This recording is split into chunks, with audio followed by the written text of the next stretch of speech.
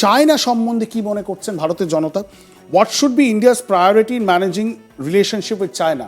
চায়নার সাথে যে সম্পর্ক, সেখানে অগ্রাধিকার কি হওয়া উচিত? কারণ পাকিস্তান যেমন শত্রু দেশ, সেটা যেমন আমরা খুব স্পষ্টভাবেই জানি, আবার পাকিস্তানের সাথে চায়নার খুব ভালো গভীর সম্পর্ক, মানে শত্রুকে আরও বেশি ইন্ধন যোগাচ্ছে চায়না।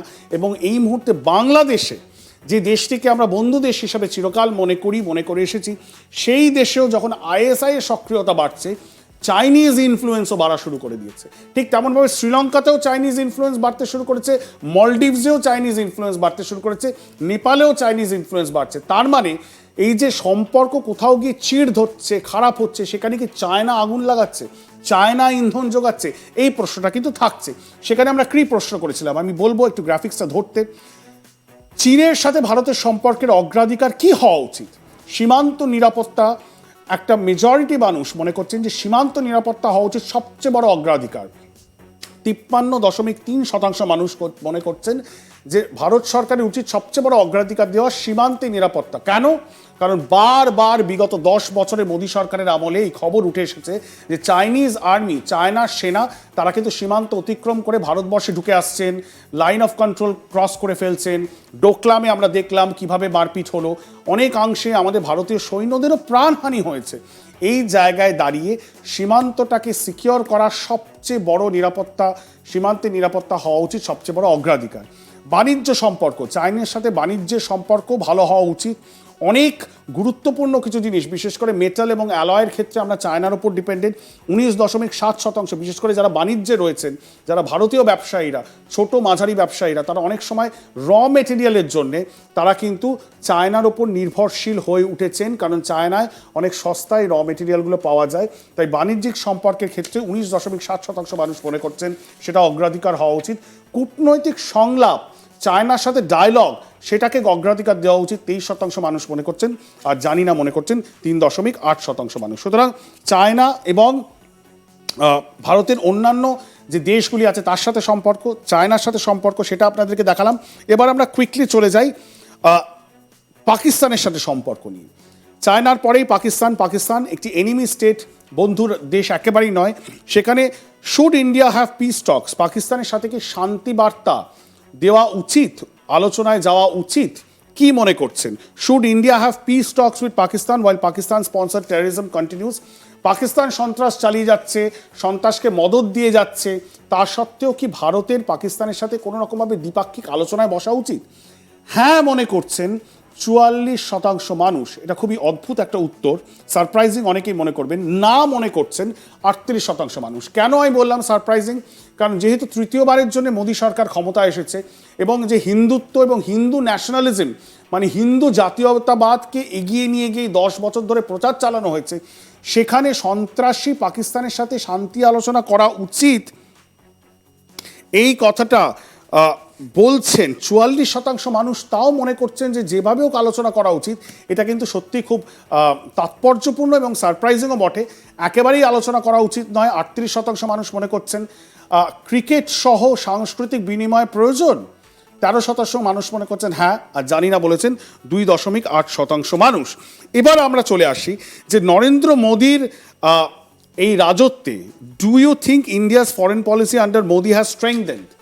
সারা বিশ্বব্যাপী যে পারসেপশন, ভারতের সম্বন্ধে পারসেপশন এবং ভারতের বিদেশ নীতি সম্বন্ধে পারসেপশন, সেখানে এই নরেন্দ্র মোদীর আমলে সেই পারসেপশন কি আরও বেশি সুদৃঢ় হয়েছে? সেটা যখন আমরা সাধারণ মানুষকে জিজ্ঞাসা করেছি, তখন একেবারে ওভারওয়েলমিং মেজরিটি 72% মানুষ মনে করেছেন হ্যাঁ, নরেন্দ্র মোদীর নেতৃত্বে ভারতের যে বিদেশ নীতি সেটা সুদৃঢ় হয়েছে। 25% মানুষ মনে করেছেন না। শেষ প্রশ্ন ছিল ডোনাল্ড ট্রাম্পকে নিয়ে, সেটা আমি পরে আসবো, কিন্তু আমি কুইকলি এবার আপনাদেরকে বাংলাদেশের স্লাইডগুলো দেখাই এবং আলোচনায় আমরা ঢুকে পড়ব। বাংলাদেশ নিয়ে আমরা যখন সাধারণ মানুষকে জিজ্ঞাসা করেছিলাম, how do you perceive India's diplomacy with the new government of Bangladesh, বাংলাদেশের যে নতুন সরকার, যে অন্তর্বর্তীকালীন সরকার, তার সাথে আমাদের কূটনৈতিক সম্পর্ককে আপনারা কিভাবে দেখছেন, যেভাবে মোদী সরকার ডিল করছে, সেই স্লাইডটি আপনাদের সামনে তুলে ধরবো। বাংলাদেশের নতুন সরকারের সাথে ভারতের কূটনৈতিক সম্পর্ককে কেমনভাবে দেখছেন আপনারা? মোদী সরকারের যুক্তিযুক্ত এবং কৌশলী মনে করছে 20% মানুষ। হিন্দু নিধনে প্রতিক্রিয়া দেখায়নি মানে যেভাবে হিন্দুদের ওপর অত্যাচার হচ্ছে পার্শ্ববর্তী দেশ বাংলাদেশে, সেখানে ভারত সেভাবে স্ট্রং প্রতিক্রিয়া জানায়নি বলে মনে করছেন 32% মানুষ। বাংলাদেশের অভ্যন্তরীণ বিষয়ে কোনো রকম হস্তক্ষেপ করা উচিত নয় বলে মনে করছেন 29% মানুষ। জানি না বলে মনে করছেন 18% মানুষ। খুবই গুরুত্বপূর্ণ, মোদী সরকার যেভাবে বাংলাদেশের কূটনৈতিকভাবে হ্যান্ডেল করছে সেটাতে শিলমোহর দিচ্ছে মাত্র 20% মানুষ, এবং 32% মানুষ মনে করছেন যে যেভাবে প্রতিক্রিয়া দেখানো উচিত ছিল ভারতের, একটা বড় দেশ হিসাবে, শক্তিশালী দেশ হিসাবে যেভাবে ভারতের প্রতিক্রিয়া দেওয়া উচিত ছিল সেভাবে কিন্তু অ্যাক্টিভলি ভারত প্রতিক্রিয়া দেয়নি, যদিও হিন্দুদের ওপর চূড়ান্ত আক্রমণ হচ্ছে বাংলাদেশে। তার মানে রিপোর্ট কার্ড কিন্তু নরেন্দ্র মোদীর বাংলাদেশ সিচুয়েশনটাকে তিনি কিভাবে হ্যান্ডেল করেছেন খুব একটা ভালো নয়। এটা নিয়ে সরাসরি আমি সুবীর ভৌমিকের কাছে চলে যাব। সুবীর দা, এই যে ফাইন্ডিংসগুলো উঠে এসেছে, সবার আগেই এই যে বাংলাদেশ নিয়ে 20% মানুষ মনে করছেন এটা কৌশলী হ্যান্ডলিং হয়েছে পুরো বিষয়টা, কিন্তু 32% মানুষ মনে করেন না যে খুব বেশি সুদৃঢ় বা শক্তপোক্তভাবে মোদী সরকার এটাকে হ্যান্ডেল করতে পেরেছে, যেখানে ওখানে হিন্দু নিধন হচ্ছে। এটা কি সারপ্রাইজিং, না এটা মোটামুটি যে মুড সেটা রিফ্লেক্ট করছে? সুবীর দা, দেখো, এটার সাথে তুমি আগের যে ফাইন্ডিংটা বললে, হ্যাঁ, সেটা বিরাট কন্ট্রাডিকশন আমি লক্ষ্য করছি। বেশ, 72% যদি মনে করে হ্যাঁ যে মোদী সরকারের মাস্কুলার ফরেন পলিসি সাংঘাতিক, মানে এফেক্টিভ, অমুক তমুক, হ্যাঁ আর তারপরে তারা সেই সেম মানে রেসপন্ডেন্টরা, হ্যাঁ তাদের মধ্যে মাত্র 20% মনে করে যে ঠিকঠাক মতো বাংলাদেশের রেসপন্ড করেছে মোদী সরকার, হ্যাঁ। আর 32% মনে করে যে না, সেই আমি কিছু করতে পারিনি। এটা খুবই একটা ডাইকোটমি রয়েছে, ডাইকটমি, মানে সিরিয়াস ডাইকটমি। তার কারণ বাংলাদেশ ভারতের অন্যতম ইম্পর্টেন্ট নেভার। একদম ভারতের এন্টায়ার লুক ইস্ট পলিসি, ভারতের উত্তর পূর্বাঞ্চলের সিকিউরিটি, ভারত চায়নাকে কিভাবে ডিল করবে, চায়নার সাথে যে সিনারিও, সেখানে প্রত্যেকটা ক্ষেত্রে বাংলাদেশ, আমি মনে করি অন্তত, পাকিস্তানের থেকেও বেশি ইম্পর্টেন্ট, স্ট্র্যাটেজিক্যালি মোর ইম্পর্টেন্ট।